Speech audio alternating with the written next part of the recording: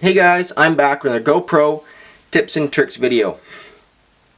In this video, I'm going to be going through the GoPro Hero 3 and the Hero 2 menus. This is a comparison between the menu system on the Hero 3 and the menu system on the Hero 2. We're not going to get into detail on how to change settings or set things up on the Hero 3. We're just going to go basically through the menu and look at things that they have changed with the Hero 3 and things they've left the same as the Hero 2. We'll boot both cameras up, and then we will scroll through the menu until we get to the settings menu, and then we'll enter the settings menu. And the first thing we're given, again, same as the Hero 2, is the resolution, so this is the same. The biggest thing though that they have changed with the Hero 3 is the way you edit the resolution on the camera. So if we enter if we enter to change the resolution on the Hero 3 or on the Hero 2, we're just given the resolution and then the frame rate behind it, and we just scroll through until we find the one we want, and then we select it. On the Hero 3 though, once we enter to change the resolution, we're given options. So the first one is it's kind of like a sub-menu. We're given the sub-menu. So their sub-menu is the resolution, the frame rate, and the width of the frame. So we can enter to change the resolution. We can select any resolution we want. And again, at the top there's the 4K, 2.7K, 1400, 1080, 960, 720. I'm just going to put it into, well, actually, why don't we just go to 960 and it's the same as the other camera. And now when you want to change frame rates, you scroll down to that, enter the frame rates, and then you get options for the frame rates you want. This is a bad example actually because they've got one option, but if you were in something like 1080p,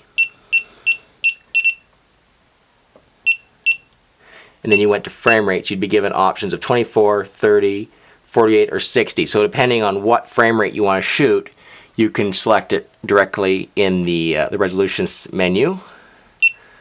And then you can also change the width of the frame you want to record. So you can record narrow or wide or medium. And the options are going to be wide, medium, or narrow. And depending on the resolution you've selected, you'll be given a selection of those three options. We'll go with wide, and then we'll just go down to exit, and then we'll select exit. So a lot more in-depth and customizable setup in the resolutions menu. The next one is the photo size, 12 megapixels. The Hero 2 actually goes to the FOV, field of view, and then it goes to the resolution of the photos.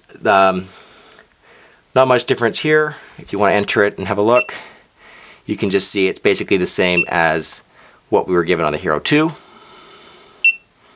going to exit that. And then we'll go to the next one. Now this is frame shots per second. This is when you just have the photo and you just click the shutter. This is how many shots it's going to take. And this is its burst mode setup. And then we get to the self-timer mode. So those are two new menu options on the Hero 3 to control the burst modes that it does now. The incredible shots per second. It can do like 30 shots in 1 second. Same options in here. Nothing new there.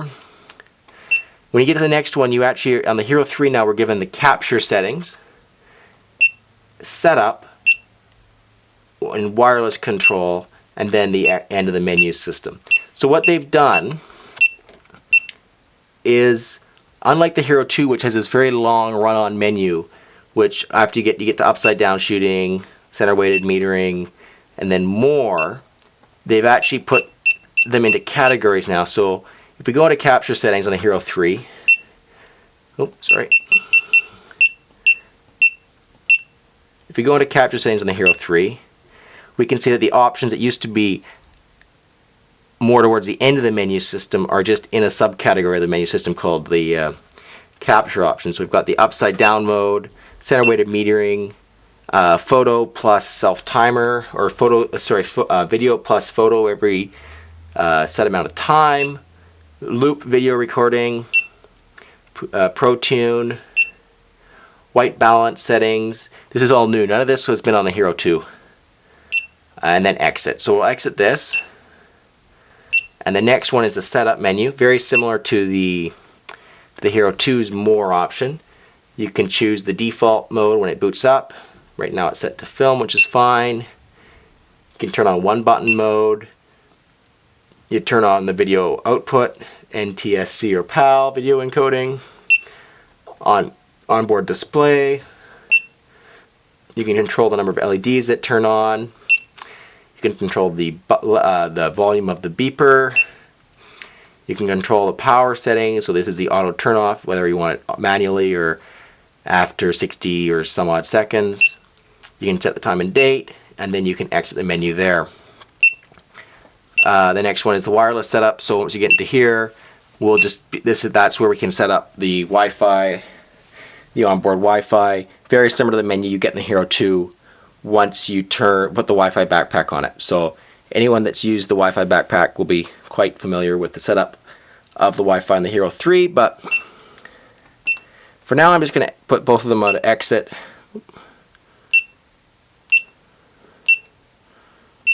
Exit, yes, exit. And exit, and exit.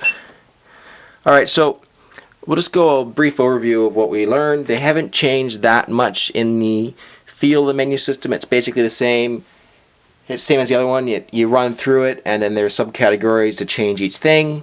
They've elaborated a little bit on the setup availability of the resolution mode, so you can change more options directly in the resolution picker or chooser. And they've also made more categories. They've lumped more things into subcategories of like how to the camera setup or the shooting setup, and then the actual camera setup itself. So there's new subcategories at the end of the menu system, which make it a little bit easier just when you're going through the camera setup. And apart from that, there's a lot of new settings in here about white balance and deciding on what white balance is best for manual white balance, which is a huge thing, especially for skiing. And for those of us, or for anyone that's a professional photographer or professional shooter that knows what white balance to use for what settings, that will be huge and make sure your shots are exactly what you wanted them to be. Apart from that, not too much difference. I believe it's basically just exactly the same LCD screen they've used again, so not too much new there. That was a run through of the new GoPro Hero 3's menu system being compared to the HERO2's menu system. So thank you guys for watching. This was another GoPro tips and tricks video. Make sure you check back to my channel in the next couple days because there's going to be a lot of HERO3 versus HERO2 videos coming out. Make sure you subscribe so you can watch them. And until next time guys, thanks for watching.